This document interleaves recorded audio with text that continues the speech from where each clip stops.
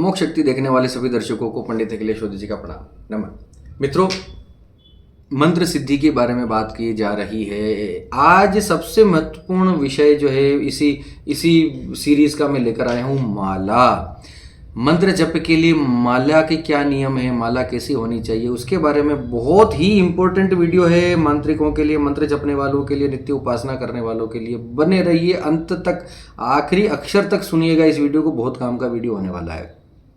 अलग अलग मालाओं का विधान है हमारे तंत्र ग्रंथों में। रुद्राक्ष की माला है, स्फटिक की माला है, कमलगट्टे की माला है, हाथी दांत की माला है, चंदन की माला है, तुलसी की माला है, मनुष्य की हड्डी की माला भी होती है, हाथी दांत की माला भी होती है। तंत्रों में बहुत सारी चीजें हैं, बहुत सारी बातें हैं, लेकिन कामना के अनुसार मालाओं के भेद हो सकते हैं। ठीक है, मारण कर्म में कौन सा, ये अभिचारी कर्म कर रहे हैं तो उनमें माला के अलग नियम होते हैं, लेकिन एक सामान्य गृहस्थ के लिए रुद्राक्ष की माला सर्वश्रेष्ठ होती है, जो सभी कर्मों में, सभी भगवान में, सभी देवी देवताओं के लिए प्रशस्त मानी गई है। स्फटिक की, अब पूछेंगे कि साहब बता तो दो कौन सी माला किस काम में आती है। स्फटिक की माला आपके धन प्राप्ति के लिए, आकर्षण के लिए, सरस्वती के मंत्र के लिए। कमलगट्टे की माला लक्ष्मी के लिए। गणपति हैं, गणपति की उपासना कर रहे हैं तो हाथी दांत की माला होगी, तो या फिर हरिद्रा की माला, हल्दी की गांठ की माला होगी, वो बेहतर है। वैष्णव संप्रदाय के लिए तुलसी की माला, चंदन की माला, ये श्रेष्ठ होती है। लेकिन तंत्र ग्रंथों में कहा गया कि रुद्राक्ष की माला जो है सर्वसमर्थ होती है, सर्वश्रेष्ठ रुद्राक्ष की ही, जिसका फल अनंत गुना होता है। कुशा की भी माला होती है, पता है आपको? कुशा के वो जो घास होती है ना, कुशा, जैसे पिछले वीडियो मैंने नाम लिया था, तो कुशा की भी ऐसी गोली बनाकर उसकी भी माला जपी जाती है। वैजयंती माला होती है भगवान कृष्ण के मंत्रों को जपने के लिए। लेकिन एक मूल स्वर में समझ लीजिए कि रुद्राक्ष की माला अगर आपके पास है तो आपको कहीं कुछ और कोई माला जपने की आवश्यकता नहीं है, चाहे कोई पंडित कुछ कहे, आपको कोई कितना बरगलाए। रुद्राक्ष की माला सर्वश्रेष्ठ होती है। अगर आपकी माला आपके पास है, आप ही उसे जपते हैं, कोई और यूज नहीं करता है, या आप अपने फादर की नहीं ले रहे हैं, किसी और की माला काम में नहीं ले रहे हैं, आपकी ही है, तो उसको कंटिन्यू कीजिए, कहीं और किसी और माला में जाने की आवश्यकता नहीं है। अब माला में दाने कितने होने चाहिए? माला में मनके होते हैं 108 हो सकते हैं, 54 हो सकते हैं, या 27 हो सकते हैं। अब माला में मनके किस प्रकार से होते हैं, ये देखिए, ये बहुत गहन बात बता रहा हूं जो शायद इंटरनेट पर भी किसी ने नहीं बताई होगी। जब रुद्राक्ष या कोई माला हम पिरोते हैं या बनी बनाई माला लाते हैं, तो माला पिरोने का भी एक नियम होता है, पता है आपको? हर मनके का एक मुख होता है और एक पृष्ठ भाग होता है, उसकी पूंछ होती है।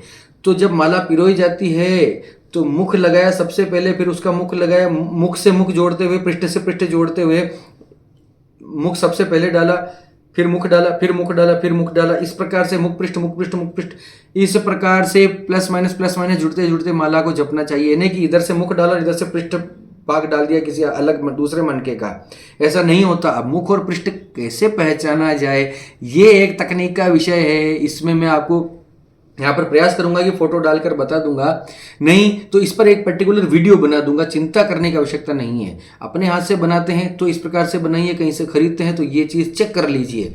फिर जब मंत्र सिद्धियां नहीं होती तो लोग ज्योतिषियों के, पंडितों के पीछे पड़ते हैं कि सब फेक विद्या है, और ऐसा कुछ नहीं होता।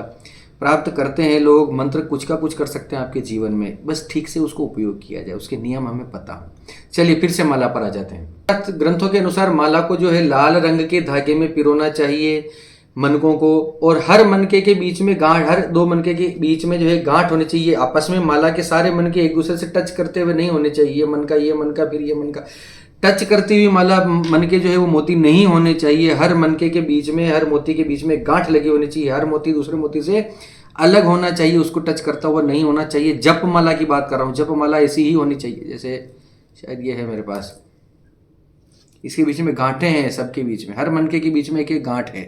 आप देखिए, ये वाइट के ऊपर लेकर दिखाता हूँ, ये मैंने पहन रखी है हालांकि, लेकिन ये इस प्रकार से जप माला होनी चाहिए। और दूसरी बात, जो माला से आप जपते हैं उस माला को आपको गोमुखी में ही रखना चाहिए, ढक कर जप करना चाहिए। खुले में ऐसे माला जपते हुए नहीं, माला किसी को दिखाई ना दे। माला दिखा रहे हैं, बाएं हाथ से टच कर रहे हैं, उसको लेफ्ट हैंड से माला को टच करना निषेध है। माला को ऐसे दिखाना निषेध है। माला के ऊपर उबासियां फेंकना निषेध है, छींकना निषेध है। ये सब चीजें नहीं करनी चाहिए। माला स्वयं ईश्वर का शरीर रूपी होती है, उसको उसी प्रकार से काम में लेना चाहिए, उतना ही सम्मान माला। माम माले माम आहे सर्वशक्ति स्वरूपिणी, सारी शक्तियों की स्वरूपिणी होती है माला, जो आपको सारी शक्तियां प्रदान कर रही है। तो माला का पूरा सम्मान होना चाहिए।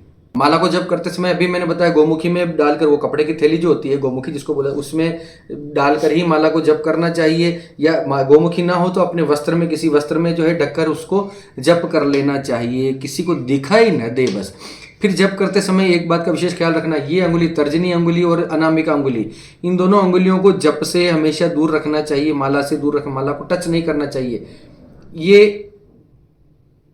ये दो अंगुलियां, ये मध्यमा और अनामिका और अंगूठा, इन तीन अंगुलियों से ही जप होता है हमेशा। इस प्रकार से अनामिका पर माला रखी हुई होती है और इस प्रकार से जो है, इस प्रकार से जप किया जाता है। ये दोनों अंगुलियां उससे दूर रहती हैं, ये दोनों दूर रहती हैं, ये दोनों अंगुलियां जप में यूज़ नहीं होती। इनका टच करना माला पर निषेध माना गया है। क्यों? क्योंकि इनका टच जो है मारणम, मोहन, वशीकरण, इस प्रकार के कर्मों में किया जाता है, जो आपको सूट नहीं किया तो बहुत प्रॉब्लम हो सकता है। सामान्य गृहस्थ को ये दोनों अंगुलियां दूर ही रखें तो अच्छा है।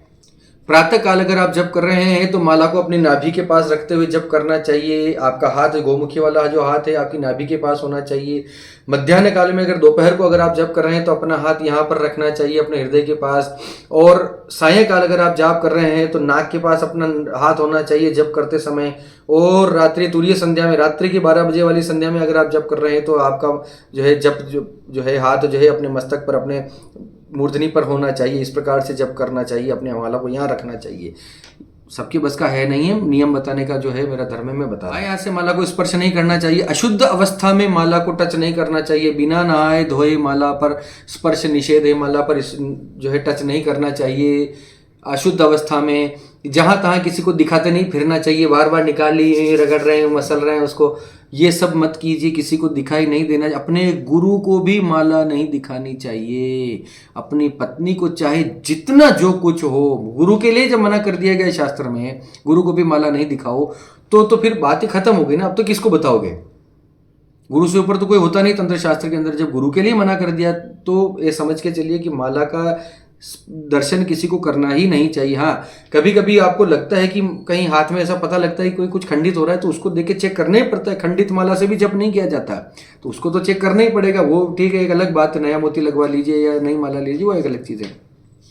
कोई माला खंडित हो जाए तो उसका क्या करना है? उसको किसी बहते पानी में प्रवाहित कर दीजिए सम्मान के साथ, किसी विशेष नक्षत्र दिन के अंदर, और ऐसी जगह पर उसको रखिए जहां पर वो पैरों में न आए। या फिर जो मन का, एक ही मन का टूट रहा है तो उस मन के को चेंज कर दीजिए, दूसरा मन का उसमें लगा दीजिए, फिर से पिरवा लीजिए या पिरो लीजिए।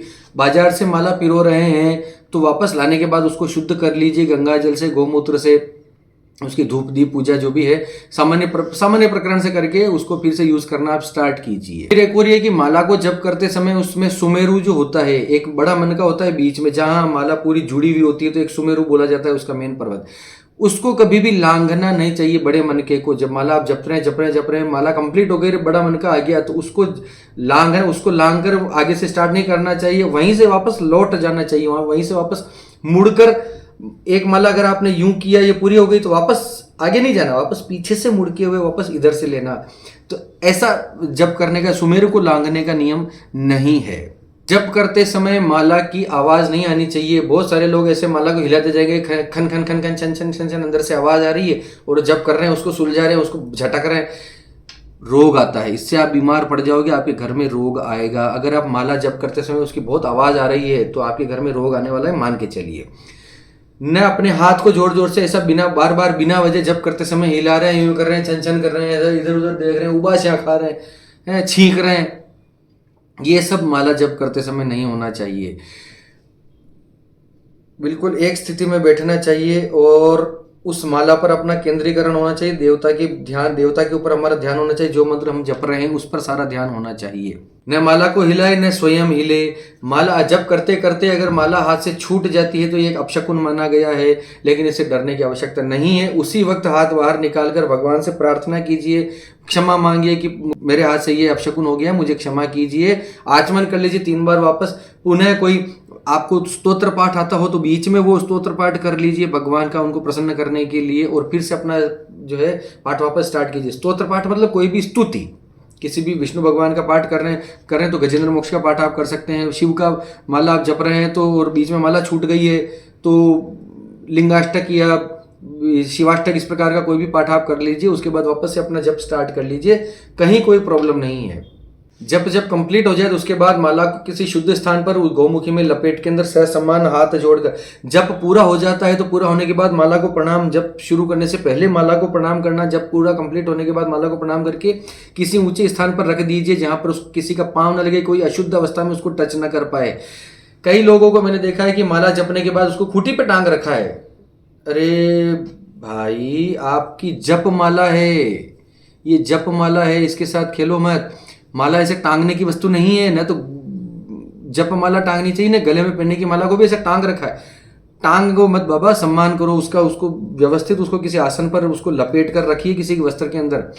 फिर कईयों को मैंने देखा है कि माला जपने के बाद उसको गले में डाल के घूम रहे हैं। कई लोगों ने हाथ में लपेट रखा है, इसी से जप करते हैं, इसी को लोगों को दिखाते फिर रहे हैं, पता नहीं कौन सा अंदर शिव आ रहा है। गले में धारण कर लिया, हाथ में धारण कर लिया, मस्तक पे लेके घूम रहे। नहीं, ये वही बात होगी, उसको छुपा के रखो, उसको सम्मान अलग रखो। आपको ये सब पहनना है, ये सब करना है तो अलग से ये अलग अलग माला रखो इसके लिए। जप की माला के नियम बता रहा हूँ, जप की माला अलग रहनी चाहिए, बिल्कुल देववत उसको व्यवहार करना चाहिए, देवता के स्वरूप उसको व्यवहार करना चाहिए। अगर आपके पास किसी प्रकार की माला नहीं है तो बहुत से लोग अपने हाथों की उंगलियों पर जप करते हैं। मैं दावे के साथ कहता हूं कि 90% लोगों को पता नहीं है कि हाथ पर किस प्रकार से माला जपी जाती है, हथेली पर माला किस प्रकार जपी जाती है। हम जो पैरों पर जपते हैं ना, ऐसा ऐसा करके ये सब, इस प्रकार से माला नहीं जपी जाती है। कर माला इसको बोला जाता है, हाथ की माला कर माला इसको बोला जाता है। इसका नियम होता है, इसका प्रोसेस होता है, इसका पूरा सिस्टम होता है। तो ये वीडियो तो बड़ा बन गया है। मैं अगले वीडियो में मैं आपको बताऊंगा कि कर माला, हाथ में अगर आप मंत्र जपते हैं, अगर आपके पास माला नहीं है तो माला हाथ पर किस प्रकार से माला बनाई जाए, उसका नियम मैं आपको अगले वीडियो में पूरा प्रोसेस बता दूंगा। तो ये सारे सामान्य माला के नियम हुए। माला को किस प्रकार से उपयोग करना चाहिए, क्या है कि क्या करना चाहिए, क्या नहीं करना चाहिए, हमने बहुत सारी बातें इस वीडियो में कर ली। वीडियो अच्छा लगा हो तो लाइक कीजिए, कमेंट कीजिए, कुछ ना कुछ बने रहिए, जुड़े रहिए हमारे साथ। हवाबाजी नहीं मिलेगी, कुछ ना कुछ काम की जानकारी आपके लिए मिलेगी। इसी के साथ मैं आपको फिर से बता दूं, ज्योतिष से संबंधित, एस्ट्रोलॉजी से संबंधित, न्यूमरोलॉजी से संबंधित, अंक शास्त्र से संबंधित, सामुद्रिक शास्त्र से संबंधित, आपको हस्तरेखा से संबंधित कहीं कोई प्रश्न, समस्या, समाधान, मंत्र, तंत्र, यंत्र, पूजा पाठ, देवी देवता, इनके रहस्य, सनातन धर्म का विज्ञान, इसके बीच में, ज्योतिष के बीच में, इन सब चीज़ों के बीच में कोई प्रश्न आपके मन में है तो हमें इस नंबर पर आप व्हाट्सएप पर मैसेज कीजिए। उस मैसेज के थ्रू आपको हम आपके प्रश्नों का उत्तर पहुंचाएंगे। ठीक है, जुड़े रहिए हमारे साथ, आपको जो है ऑथेंटिक जानकारी देने का प्रयास करते हैं। इसी के साथ आप सबके मंगल की कामना करता हुआ मैं पंडित अखिलेश शुद्धि आपसे विदा लेता हूँ। धन्यवाद। सर्वे भवन्तु सुखिनः।